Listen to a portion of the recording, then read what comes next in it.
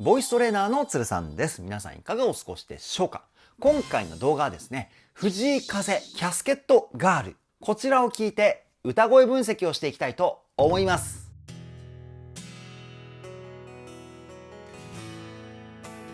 つるさんのボーカルルーム。さあ今回のこの動画をきっかけにですね、藤井風さんが9月5日にリリースしたプレマアルバムですね。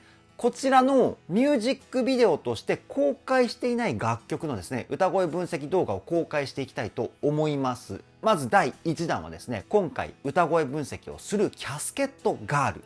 で、ミュージックビデオとして公開している楽曲8個、ラブライクディス、プレマ、I Need You Back に関してはですね、もうすでに歌声分析動画を公開しておりますので、気になった方はですね、概要欄に URL 貼っておきますので、ぜひチェックしていただけたらなというふうに思います。そして今回歌声分析をですね、してみたわけですけれども、異常なほど美しいですね。藤井さんの歌声も美しいですし、楽曲の構成の流れもですね、非常に芸術性が高い内容かなというふうに思いました。そういった部分をですね、どこよりも丁寧に、そして細かくをテーマに歌声分析をしておりますので、ぜひ動画の最後までお付き合いよろしくお願いします。そして鶴さんのボーカルルームでは藤井風さんの歌声分析動画をですね、20本近く公開しております。それらをですね、まとめた再生リストっていうものも用意してあります。そちらも概要欄にですね、URL 載せておきますので、気になった方はチェックよろしくお願いします。鶴さんのボーカルルーム、こちらのチャンネルは私、鶴さんが現在気になっているアーティストの魅力を伝える歌声分析動画をメインで公開しているチャンネルです。今の話を聞いて気になった方はぜひチャンネル登録、高評価よろしくお願いします。そして皆さん、ハイプもよろしくお願いします。1週間でお一人様3回ハイプができます。ただ、1回動画を見たら1回というふうにですね、1回見た中で3回ハイプはできないんですよ。なので、ぜひ3回見ていただいて3回ハイプしていただけたら嬉しいです。たくさんの方にハイプをしていただけると、こちらの動画がですね、ハイプランキングにランクインすることができるかもしれないです。そちらにランクインされると、僕が伝えたい藤井さんの歌だったり音楽の魅力をですね、より多くの方に伝えることのできるチャンスが広がると思います。なのでぜひ皆さんご協力よろしくお願いします。それでは早速、藤井風キャスケットガール歌声分析 GO!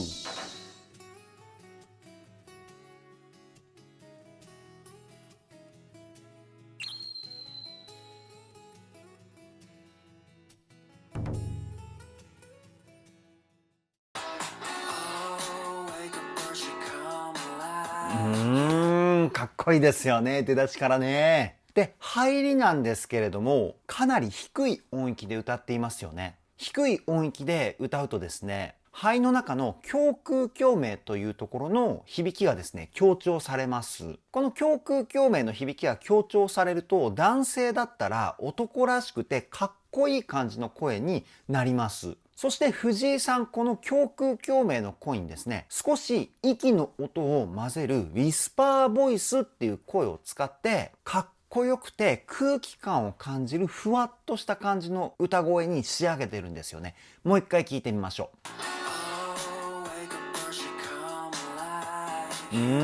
ラーララララみたいな、こんな感じの声ですよね。魅力的でかっこいい声ですよね。次いきますよ。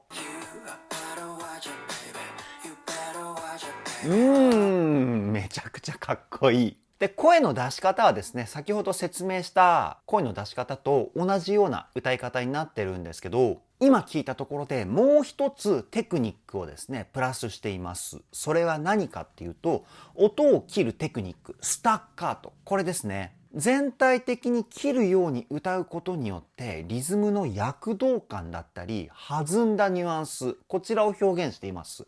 もう一回聞いてみましょう。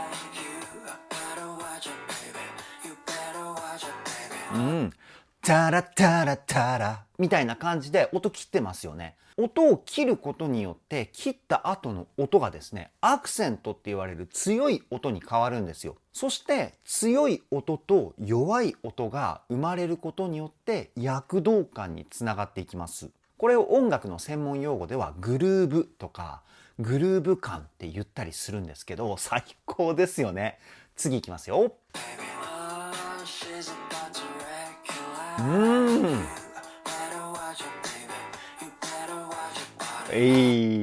こうやって続けてみるとわかると思うんですけど、前半部分は音をたっぷりと伸ばしたような感じ、レガートって言われるテクニックで歌っていて、後半は音を切るような感じでスタッカート、こちらを入れて歌ってるんですよ。前半と後半で使っているテクニックをですね、分けて歌って表現しているんですよね。もう一回聞いてみましょう。ほらほら。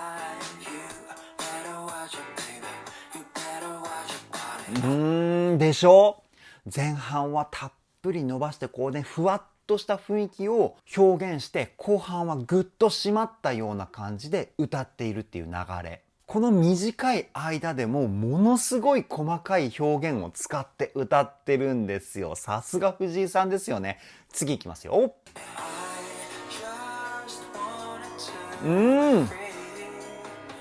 ここの部分めちゃくちゃ美しいですよね。で、曲調の美しさにですね、藤井さんも声の美しさで雰囲気を合わせているんですよ。じゃあ、ここでどういう声を使っているかっていうと、鼻の中の鼻腔共鳴と言われるところの音色を多く使ってます。なーみたいな。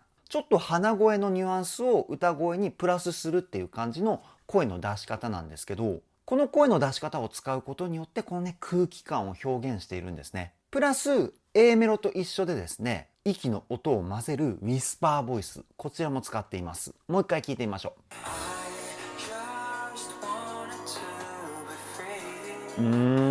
子音の発音もものすごく心地いいですよね。おそらくなんですけど、レコーディング用のマイクがあって、かなり口をマイクに近づけて歌ったんじゃないかなっていうふうに僕は推測します。じゃないとここまで音源から子音の発音がクリアに聞こえないんじゃないかなって思うんですよね。次いきますよ。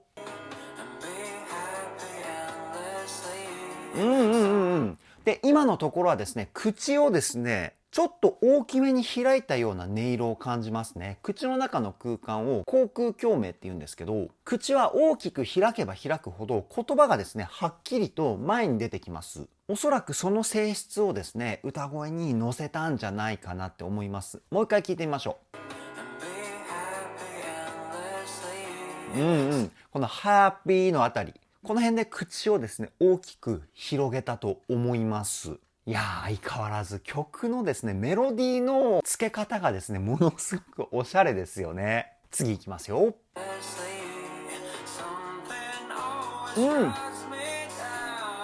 いいラーみたいな感じで最後にここのガラガラって音。これね、エッジボイスって言うんですよ。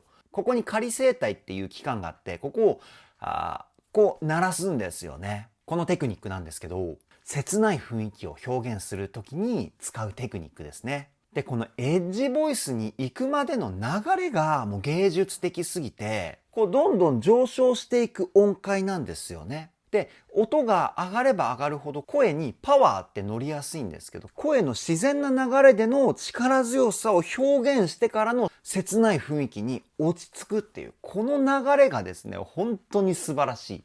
もう一回聞いてみましょう。ほらほらほら。すごい心地いい流れですよね。楽曲も芸術的、歌の流れも芸術的、そして声も芸術的なんですよ。美しさがものすごく詰まっている楽曲。それがキャスケットガールなんじゃないでしょうか。次いきますよ。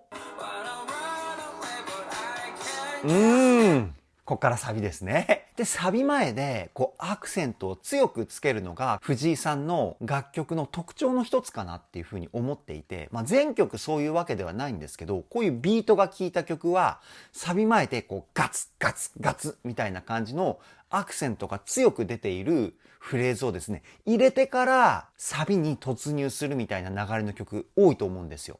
もう一回聴いてみましょう。ほら、I can みたいな。ここで強い音を入れてからサビに突入みたいなね。こういうポイントがあると曲のシーンの切り替わりがはっきりしてすごく聴きやすいかなっていうふうに思います。そういうとこまでね考えて曲を作ってるんじゃないかなって思うんですよね、僕は。じゃあサビいきますよ。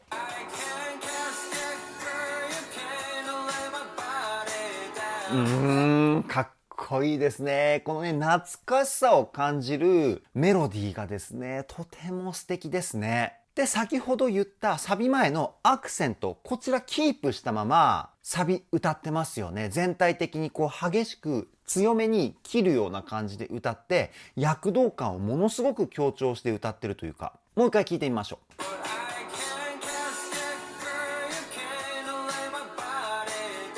ほらほら、全体的に音を切るような感じで歌ってると思うんですけど、やっぱりね、この音を切るからこそ出るグルーヴ感最高にかっこいい。じゃあ次いきますよ。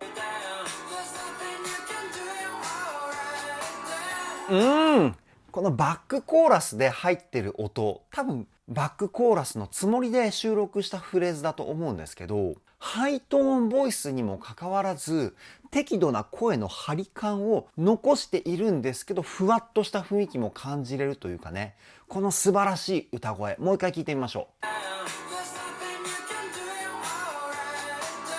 う。ほらほらほらほら、すごくないですか、この声。おそらくこの声はミックスボイスって言われる地声と裏声の中間の声を使って歌っていると思うんですけど、この声を使うと地声のような声なんですけど、高い音でもふわっとした声を表現できるんですよね。で、このミックスボイスなんですけど、正式にはミドルボイスっていう名前です。ただ世間でね、ミックスボイスっていう名前の方が広まっているので、僕の歌声分析動画ではあえてミックスボイスっていう言葉を使って皆さんに説明しているんですけど、正式にはミドルボイスっていう名前なんだよっていうのを頭の片隅に入れておいてもらえたらなっていうふうに思います。すごい声ですよね。次いきますよ。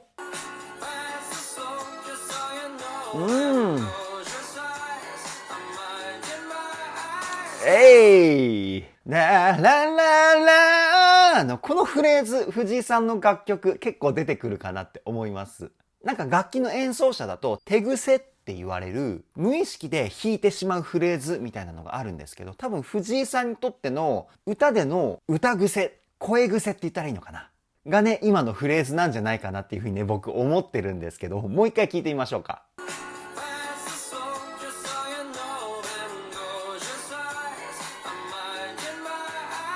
ここ、最後のフレーズ。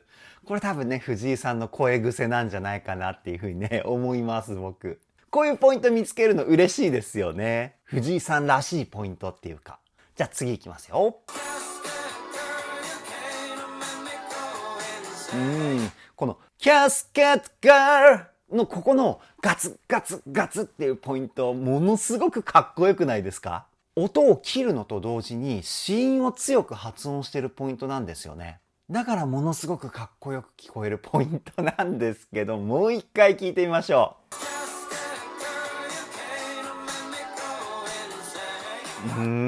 せーいのここのね、軽いフェイクが出てきましたね。そうそう。藤井さんの楽曲はですね、後半に行けば行くほど、フェイクの難易度がですね、どんどん上がっていくんですよね。そこもね、僕の中では藤井さんの歌の聴きどころの一つだっていうふうに思ってます。次行きますよ。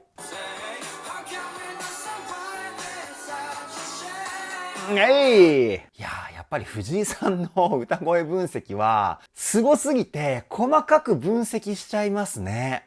聞きどころがですね、ものすごくいっぱいあるんです。だからね、僕の中では日本で一番藤井さんの歌声を細かくベーシックな部分から分析してる動画をですね、皆さんに公開しているっていうふうに思ってます。多分ここまで細かく分析して解説してる方はね、いないと思いますよ。なんかね、自画自賛ではないですけど。で、今のところなんですけど、先ほどのコーラス的なところと同じようにミックスボイスっていう声を使ってるんですけど、先ほどとは声の音色が違うんですよ。これどういう風に声の音色を変えたかっていうと、胸の胸腔共鳴の響きをですね、先ほどのミックスボイスよりも多く使って歌ってるんですよね。で、胸腔共鳴の響きがですね、強くなると、声の太さもどんどん太くなっていくので、その性質をですね、使った歌声でした。もう一回聞いてみましょ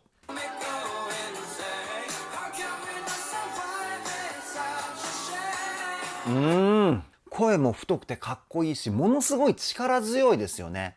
これがですね、胸腔共鳴を多く使った声の特徴です。次いきますよ。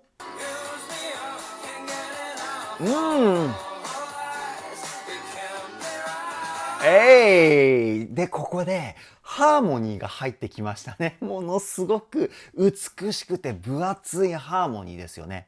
で、どういう構成になってるかっていうと、藤井さんの歌のメロディーがですね、一番高い音に存在していて、その下にですね、2パート、コーラスパートが入ってます。だから、3人でハモってるようなハーモニーなんですよ。これを三声ハーモニーって言います。もう一回聞いてみましょう。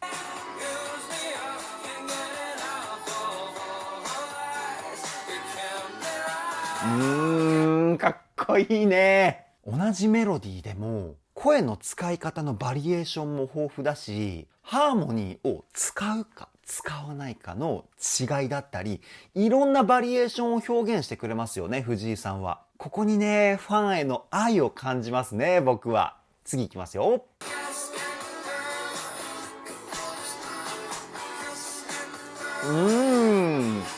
いいね。藤井さんの歌とギターのこの掛け合いみたいなの、これもかっこいいアレンジですよね。で、ギターの音がね、またね、80年代のアメリカンロックっていう感じの音で、ものすごく僕ね、大好きなんですよ、このギターの音。80年代のハードロックだったりヘビーメタルは僕、10代後半から20代前半までずっと聴いていた音楽ジャンルなので、こういうサウンド嬉しいですね。もう一回聴いてみましょう。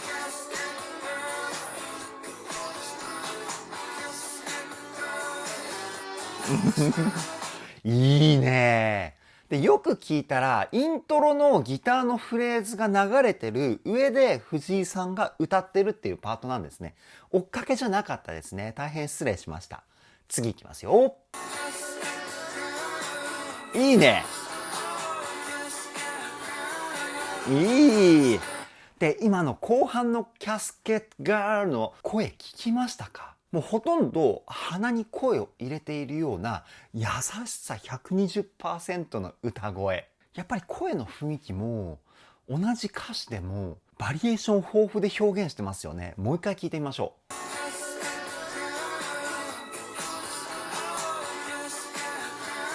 ほらほらほらほら。もう裏声なんじゃないかっていうぐらい優しい声。裏声かもしれないですね。でも今の声。で、その裏で入ってる低音での藤井さんの語りみたいなフレーズ。ここもね、いい味出してますよね。次いきますよ。でもここはこういう感じですよね。ラーララララみたいな。そう、藤井さんの歌の表現って強い、弱いだけじゃないんですよ。そして音域による高い、低いだけじゃないんですよ。じゃあ何があるかっていうと、前と後ろ、これもあるんですよね。強い歌声で声の存在感を前に出したかと思ったら、優しくて柔らかい声で後ろに弾いてるような表現もする。歌の表現力が立体的なんですよね。3D っていうか。もう一回聞いてみましょう、今のとこ。ほらほらほら。わかりますか？最初は前の方に声があるんですけど、後半に行けば行くほど、後ろに下がっていくような表現の仕方をしてるんですよ。これがね、すごいですね。この表現力、日本でやってる人、僕はね、藤井さんしか知らないですね。唯一無二の歌の表現だと思います。次いきますよ。今のここのフレーズ、全体的に声の質感が透き通ってるように聞こえませんでしたか皆さん。これどういう風になってるかっていうと、歌のアレンジの話なんですけど、オクターブって言われる高い音域を歌っている藤井さんの声と同じ音で低い音を歌っている藤井さんの音、この2つの声をですね、同時に再生しているようなボーカルアレンジなんですよね。このオクターブの技法を使うことによって透き通ったような質感がですね、表現されます。もう一回聞いてみましょう。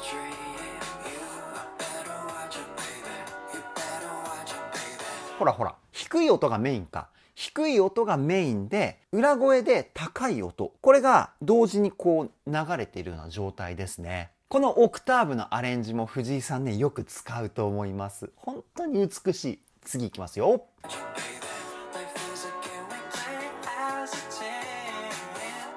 後半のフェイクなんてね、ものすごい難しくなってきてますよね。そしてここでまた声の存在感が前にガツって出てますよね。これなんですよ。藤井さんの表現力のすごいところが。もう一回聞いてみましょ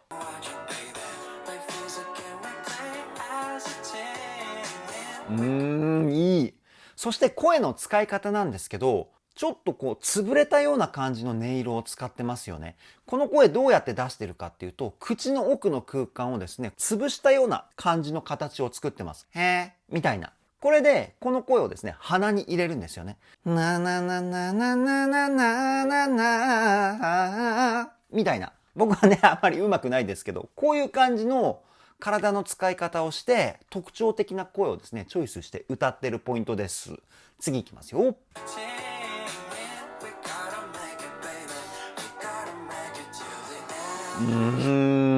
で、音域が下がったところでまた声の状態をですね、元に戻したっていう感じですよね。いやー、最高すぎません？もう一回聞いてみましょう。で、声の出し方、ここではまた変えているんですよね。どう変えたかっていうと、口の中の口腔共鳴、こちらを中心にしてます。喋り声に近いような音色をですね、チョイスして歌ってるワンポイントでした。じゃあ B メロいきますよ。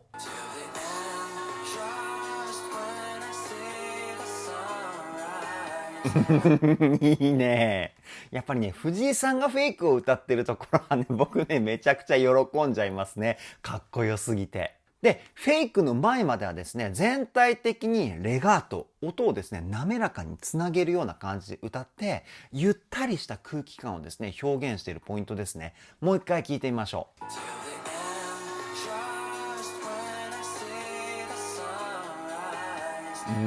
かっこいいね。前半のレガートがあるからこそ後半のフェイクのところがものすごくかっこよく際立って聞こえるんですよね。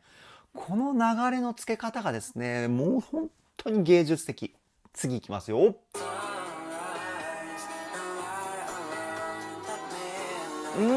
ほら、また入ってきたね。ねえ、みたいな。いやー、こっから先どんだけフェイクが恐ろしいことになるのか楽しみですよね。次いきますよ。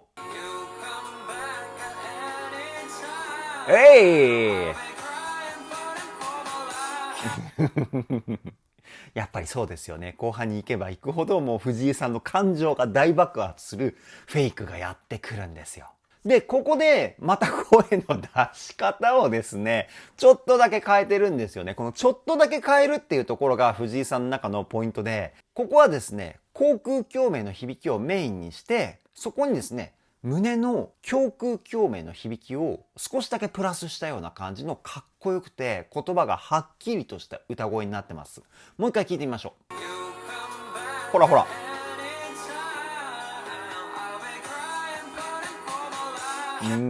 で、サビに突入するフレーズも1番とはまた違ったメロディーチョイスですよね。いやー、かっこいいですね。次いきますよ。い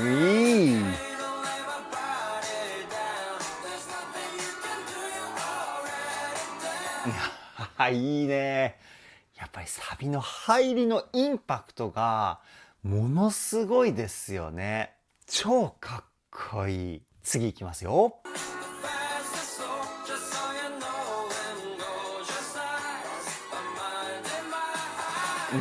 全体的に声の力強さが1番よりも上がってますよね。胸の胸腔共鳴の響きをですね、1番よりも強くしているんですよ。大きい声を出そうとか、強い声を出そうっていう感じじゃなくて、その響きのですね、割合のコントロールで藤井さんは声質をですね、コントロールしてるんですよ。ここがすごいですよね。もう一回聞いてみましょう。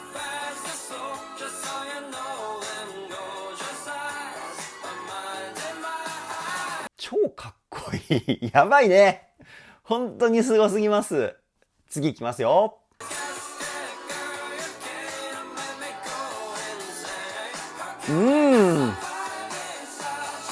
今、キャスケーみたいな感じで、一瞬だけまたね、フェイクが入ってるの皆さん気づきましたか？こういう細かいところもですね、探っていくと、実はものすごいテクニックをね、ポンってやってたりするんですよね、藤井さんは。もう一回聞いてみましょうか。ほらほら。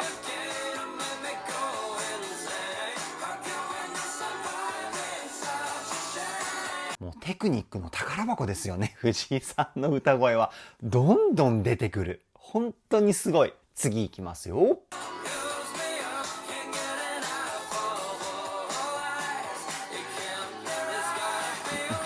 ここから C メロに行くわけだ。今の歌の感じだと力強い感じの C メロなのかな？一番の山場を持ってくる。そんな感じがするんですけど、楽しみですね、聞くのが。行きましょう。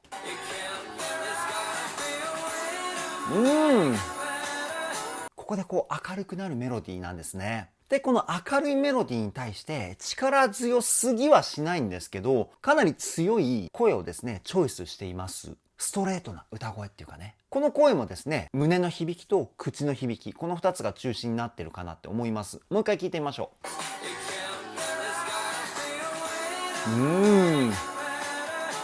う。ね。すごく強いっていう感じじゃないんですけど、でも優しすぎもしないっていう、これね、ちょうどいい感じの力強さの声かなって思います。そしてバックで流れているハーモニー、こちらもですね、ものすごく音色が綺麗ですよね。バックコーラスが入ることによってなんかね、こうね、優しい風が吹いているような藤井風さんだけにね。そんな感じですよね。次いきますよ。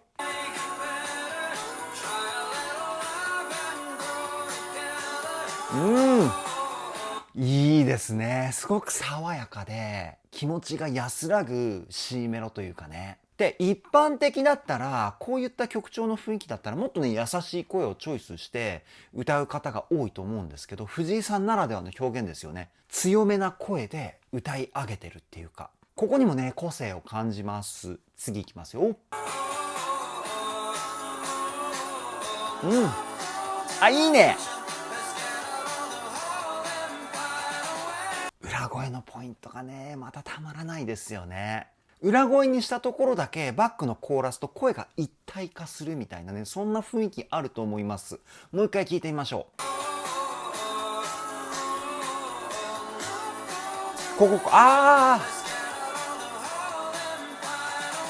ごめんなさい。一体化してる感じがあるって言ったんですけど、一体化してましたね。あのポイントだけ、じゃなくて、歌詞に対してハモっていたポイントだったんだ。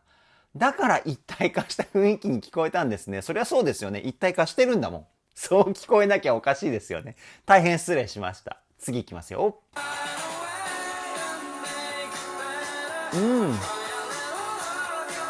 いいね。二回し目は先ほどよりも強い声を使って表現してますよね。徐々にこう盛り上げていく感じなんですね。で、最後の大サビにつなげるっていうアレンジなのかな。次いきますよ。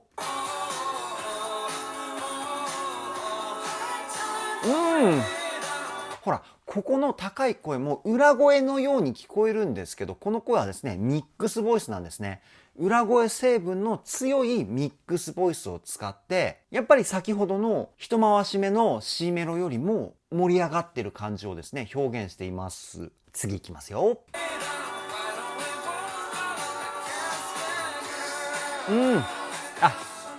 なるほどね。ここでまた間奏に行くんだ。大サビが来るかと思ったんですけど、間奏が入るんですね。藤井さん的なフェイントアレンジですかね。このまま大サビに行ったらみんなの予想通りだから、ちょっといい意味でみんなの予想を裏切ってみようみたいなね。そういったいたずら心あるポイントかもしれないですね。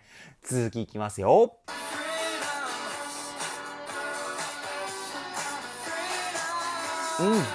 感想じゃなくて、1番の終わりにもあったあれか。僕が藤井さんの歌とギターの追っかけみたいな感じでちょっとね、勘違いしてしまったポイント。そういう感じなんですね。これ大サビ来るかな？残りね、もう30秒ぐらいしかないんですよ。聞いていきましょう。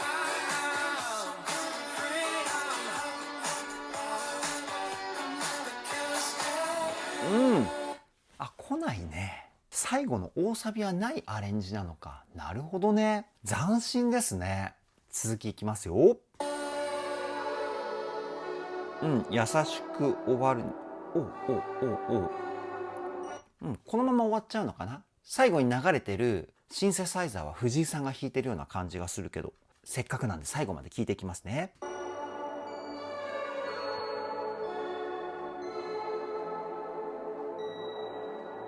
ここで終わりかなっていう感じのね、最後シンセサイザーのロングトーンでしたけど。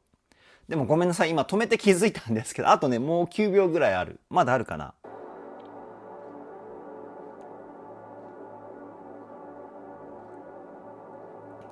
終わりですね。このまま終わりみたいです。いやー、さすが藤井さんですね。最高にかっこよかったです。